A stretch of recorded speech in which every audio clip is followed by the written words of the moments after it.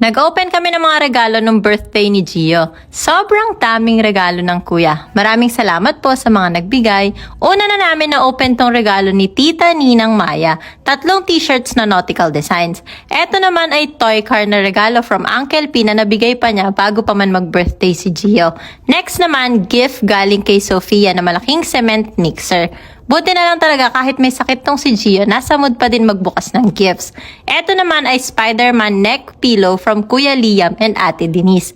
Hindi ko mabasa ng maayos tong nakasulat kung kanino galing, pero thank you po dito sa Polo kung kanino man po siya nang galing. Sunod naman namin na buksan na gift ay galing kay Tito Mark at Tita Rose na terno t-shirt at shorts. Walang name tong kasunod kaya hindi ko alam kung kanino na naman siya galing. Terno ulit na vest na top at shorts na Mickey Mouse design. Next naman ay gift galing sa batch 2 ng daycare. Excited si Gio dito dahil magagamit niya to pagka nag-beach kami. Eto naman from batch 1 naman, excavator toy.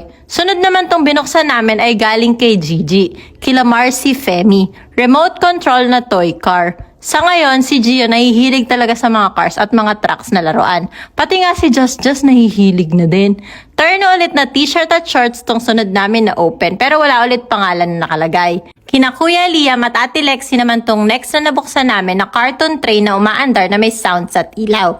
Ayan, ganyan siya kapag ka nakabukas tapos umaandar. Hindi na binitawan ni Gio yung remote ng toy car kaya ako na yung nag-open ng gifts. Eto naman sunod ay gift na power dump truck ay galing kay Bitoy. Ang daming nagtatanong nitong bumblebee na sumasayaw na to kung saan ko daw nabili.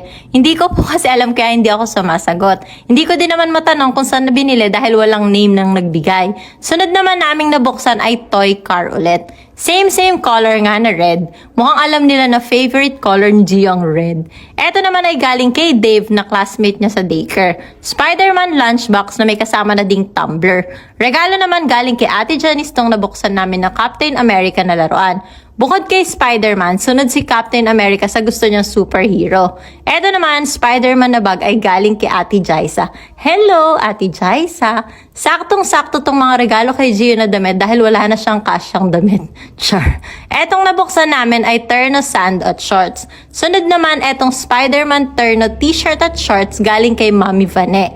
Next naman, galing kay Mami Rose Ann, bolster pillow na stitch. O diba, nagustuhan ni Gio. Sunod naman namin binuksan ay galing kay Mommy Wilma, Captain America na backpack na water gun. Mini toy truck naman tong sunod galing kay Kuya Caleb. Inalisan na ako ni Gio pero nung nakita tong bola na regalo ni Ate Leslyn, bumalik dito sa tabi ko. Alam nyo naman to, ball is life. Eto namang sumunod ay galing kay Ninang Elay. Ay, Diyos ko, buti na lang. Di na ako bibili ng Spider-Man na shoes. Nagpapabili kasi talaga siya niyan sa akin. Huli naming binuksan ay gift ni Mami Erica, twist car. Maraming salamat po sa mga nagbigay ng gifts at sa mga nagbigay ng angpaw. Nasa mabuting kamay na po. Char.